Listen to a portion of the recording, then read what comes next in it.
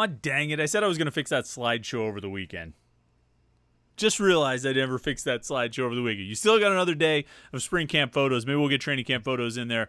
I'll put that slideshow together later today, and we'll have one for the Tuesday edition. You can see some updated photos, some recent photos. Although, if you look at the top headline right up there, photos from the first week of training camp, you can get all the photos you need of Pitt football in training camp right now at Panther-Lair.com. You can get a look at some of the guys we're going to talk about today, some of the players who've been standing out in the first week, some of the notables, particularly among the freshmen, particularly among the defensive tackles. You can take a look at those guys in the slideshow that we have right there on Panther-Lair.com. We've actually got a couple slideshows. I think between the two of them, probably 90-some photos, 90 or 100 photos from the first week of camp. So if you want to get a look at the players, you want to see how they look, and in shorts and T-shirts for now, they'll put on full pads soon. Pitt, the official Pitt football account, will tweet out 4 photos for you every now and then. We'll give you like 90. So if you want to check them out, you want to get a look at the team, go over to Panther-Lair.com. Check out the slideshow, Panther-Lair.com. We're going to talk about a few of those guys who really stand out in the photos, a few guys who stood out to me during the first week of camp, and maybe what could be shaping up to be a surprise position on the team this year. It's the defensive tackles. And for all the time we spend in the offseason talking about the lack of depth and the unproven players and the just the giant question marks that surround the defensive line as a whole, if nothing else, the interior might be shaping up to be pretty good. Just based on what we saw out of the first week of camp and some of the other things we're hearing. So let's talk about the defensive tackles today and how they might be better than we thought. And that could be pretty exciting for this year and the future. We'll talk about it right here on the Monday edition of the Morning Pitt. YouTube.com/Panther-Lair.com.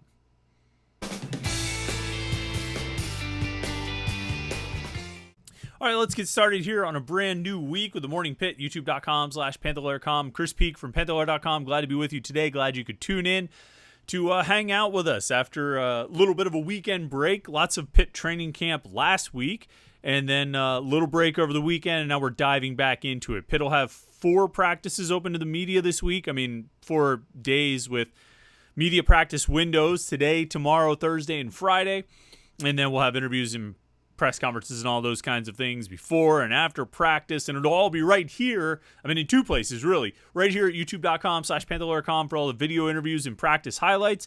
And then the website, Panther-Lair.com, Pittsburgh.rivals.com for all of the coverage.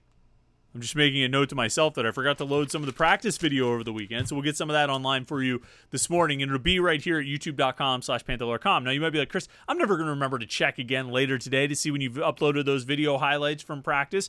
We'll have a solution for you. Subscribe to our YouTube channel, youtube.com/Panther-Lair.com. You can turn on your notifications and get an alert sent to your phone anytime we post new content right here at youtube.com/Panther-Lair.com. And, of course, the website, Panther-Lair.com.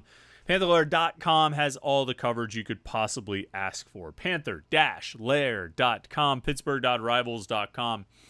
And the message boards is where I made a little bit of a point yesterday. And it was something that just sort of occurred to me. And then I looked into it and I was like, holy cow. I'm surprised about that. Because there's one position on this team that has more former 4-star prospects than any other position on the team. Now, you don't need to guess. I already told you. I told you in the intro, and from the headline of this video what we're talking about today. It's the defensive tackles. 6 defensive tackles on this roster. Six defensive tackles are former 4-star recruits. To me, that's a remarkable number. And granted, they added some of them via transfer. They added 1 via transfer. Nick James. Just bringing up the scholarship board real quick. There's only 7. No, how many scholarship defensive tackles are on the team?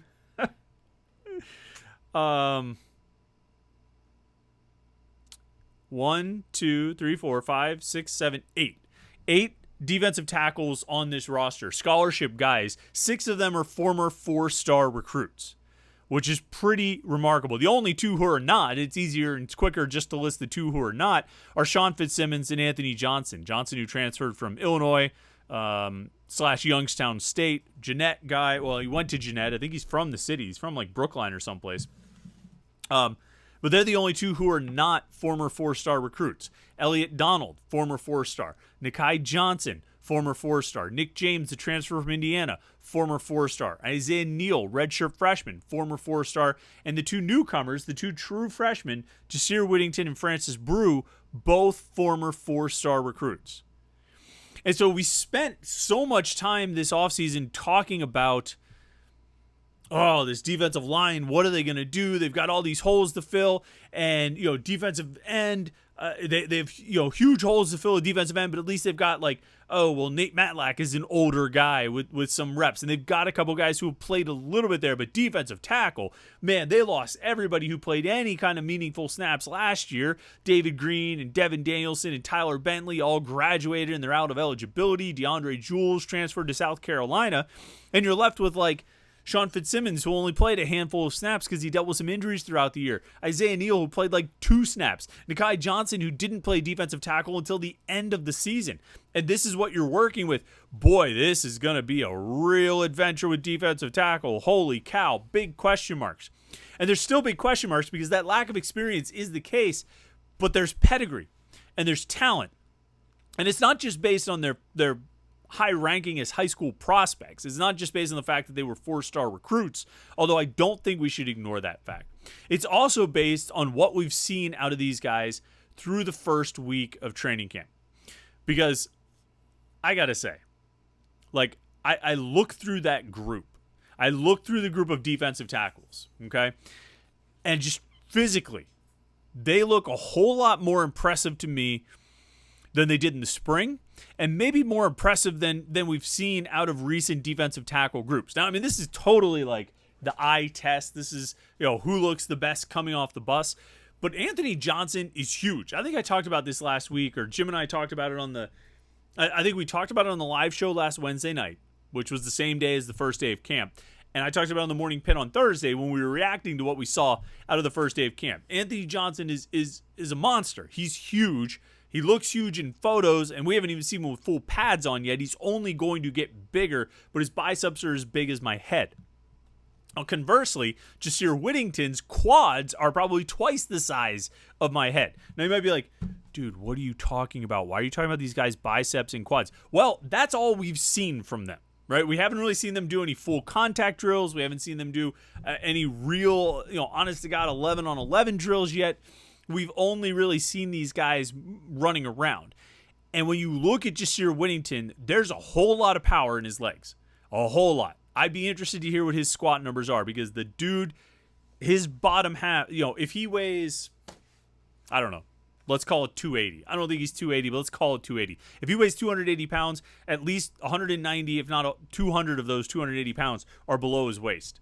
He's got huge legs, and that's a big thing to look for because you need power to drive off the line of scrimmage, right?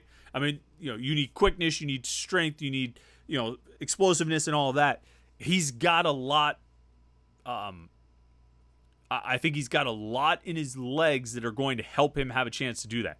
Francis Brew is another guy who just looks like a monster. And he was pretty big in the spring, when he enrolled early. But I don't know what he's been doing over the past 3 months. He is huge. I mean, he is jacked, and he looks like he could get on the field and play right now. Whittington looks like he's got the size to play right now. Francis Brew looks like he's got the size to play right now. And those guys are 2 true freshmen. And they look like they're ready to play. Now, knowledge of the defense, all the other things you have to be able to do, and all the other things that are actually going to get you on the field and make you effective on the field, we'll see about all that. But they're not going to need time to mature physically. They're not. Isaiah Neal looks really impressive. Sean Fitzsimmons has been built like a brick house ever since he got to Pitt, ever since he was at Central Valley. There's never been a question about that. Nikai Johnson has bulked up. He looks the part now. Nick James has looked the part since he got here in the spring. Elliot Donald somehow looks a little bit taller to me, but he looks like he's filled in.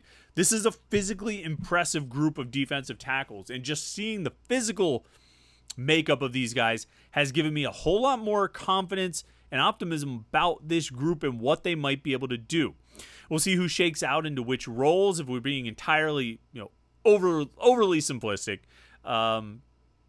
you want those guys like you want the pass rusher, the quick twitchy guy who can get off the ball and get into the backfield and make plays, and then you want the big guy who can sort of stuff the run. You know what I mean? Like 2022 when they matched Kalijah Cansey with like Devin Danielson, or 2019 when they matched Jalen Twyman with Devin Danielson. 2013 when they matched Aaron Donald with Devin Danielson.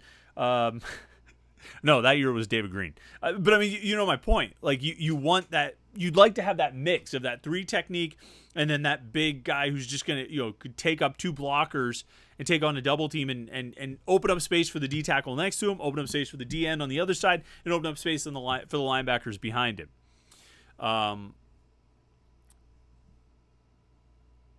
We'll see how they shake out in those roles, but that group looks physically impressive right now. Really does. And it's funny because in the spring, I wrote a lot about the size of this team. It just felt very small.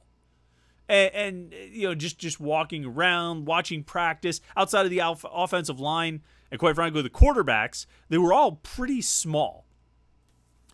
Like receivers, not very big. Running backs, small. Tight ends, whatever, average size. Linebackers, decent size. DBs, okay. D-line, pretty small. That's how they look. There was just nobody that stood out as being physically impressive, overpowering physically, physically intimidating. There was nobody who really stood out like that. Now some of the defensive tackles do.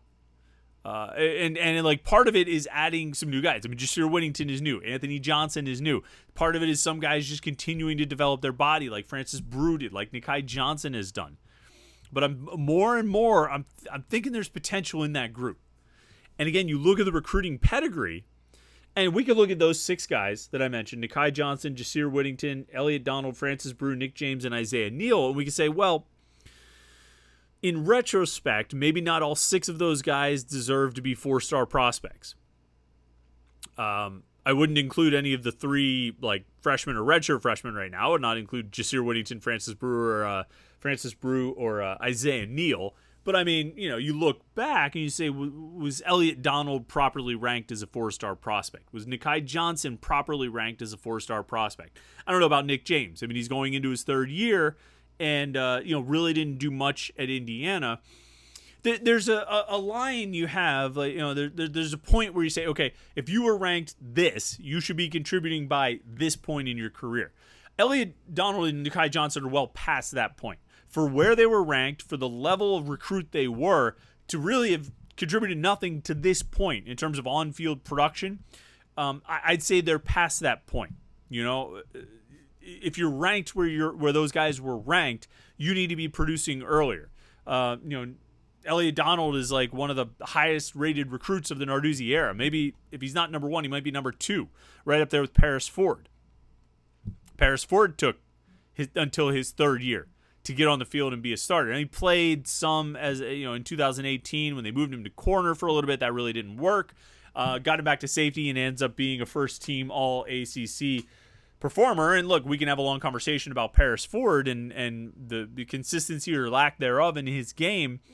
But by his 3rd year, he was a starter and an all-conference performer. Elliott Donald and Nikai Johnson are going into their 4th years now. They'll be redshirt juniors this year. And they've done nothing.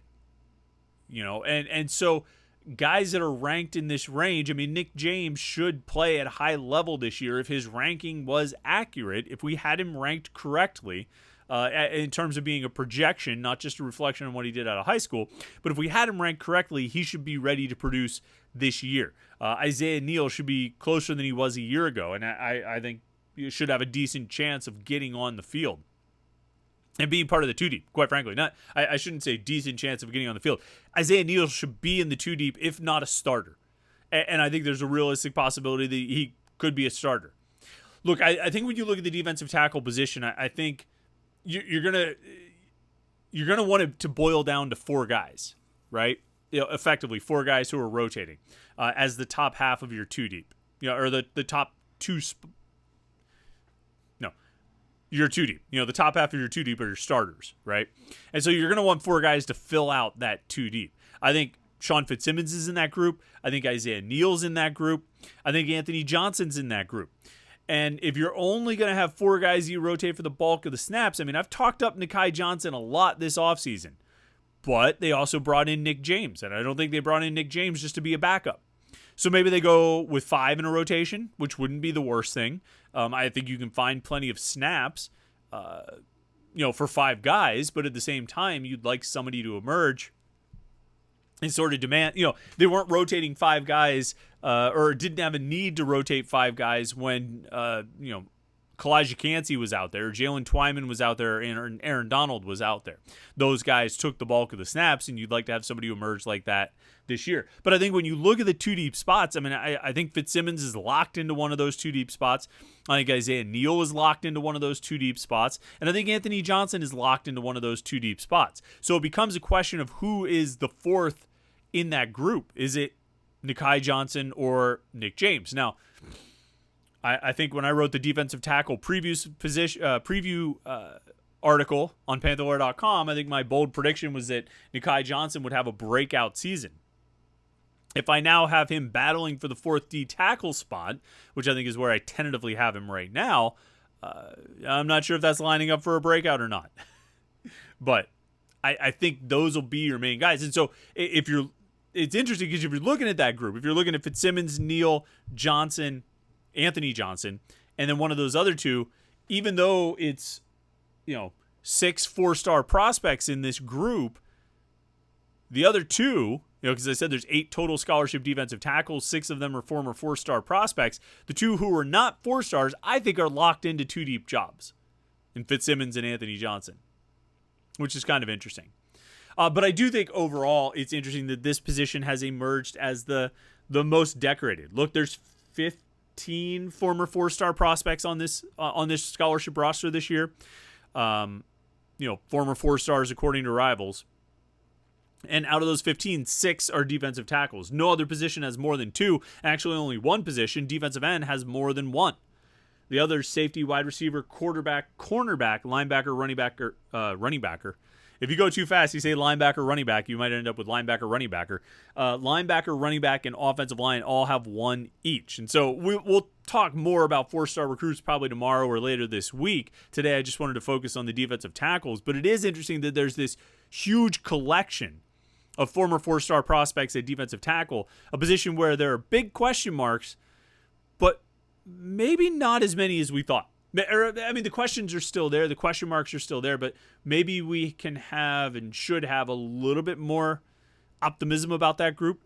I'm getting more bullish on them. I would say that after seeing them in person, hearing some things about them, and then sort of remembering that this is a pretty highly decorated group and highly recruited group. They should be ready to go. I think they'll be ready to go out and perform and be a big part of this defense, however they shake out in the starting lineup and in the rotation. So I think that's probably a position to get a little excited about. I'll try not to overhype any one of them individually because we know how that always goes, but I think it's a position that you can maybe get a little excited about. It might be one of those spots like, you've seen, I think we've seen it from linebacker in the, maybe 2 years ago, where early on it doesn't look like a position of strength, but by the end of the year, those guys will be playing really well. I could see that happening, and you'll get some splash plays and some exciting plays throughout the course of the season. Some moments where you're like, whoo, Isaiah Neal looks like a stud. And I think you'll have moments where you're saying that about multiple guys in this group. And Anthony Johnson's in his final year of eligibility. L.A. Donald and Nikai Johnson are both entering their 4th years, but everybody else is relatively young. Now, that doesn't necessarily mean they're going to be here for another 3 or 4 years, but they're relatively young, so the possibility exists that you can hold on to them. They've got the eligibility for you to hold on to them for the next couple of years, but you need them to play well. So it's So it's worth the effort to keep them here for the next couple of years. So defensive tackle should be an interesting position. I'm sure we'll write about it a lot over the course of the next month, because we'll write about everything a lot over the course of the next month. It's training camp, and that's what we do at Panther-Lair.com. You want to get all your Pitt sports coverage, Panther-Lair.com, Pittsburgh.rivals.com. You can get it right there. And stay tuned to everything. Jim will have the practice report today, what happens in training camp. He'll have that, and also Pat Narduzzi video and press conference transcript. Everything will be there, and interviews later today. It'll be all right here at Panther-Lair.com, Pittsburgh.rivals.com, and then YouTube, youtube.com/Panther-Lair.com. Like this video and subscribe to not miss any of our Pitt video content. And that's it for today. Hope you had a great weekend. Thanks so much for watching the video today. Enjoy your Monday, and we'll catch up with you tomorrow for the Morning Pit right here on YouTube, youtube.com/Panther-Lair.com.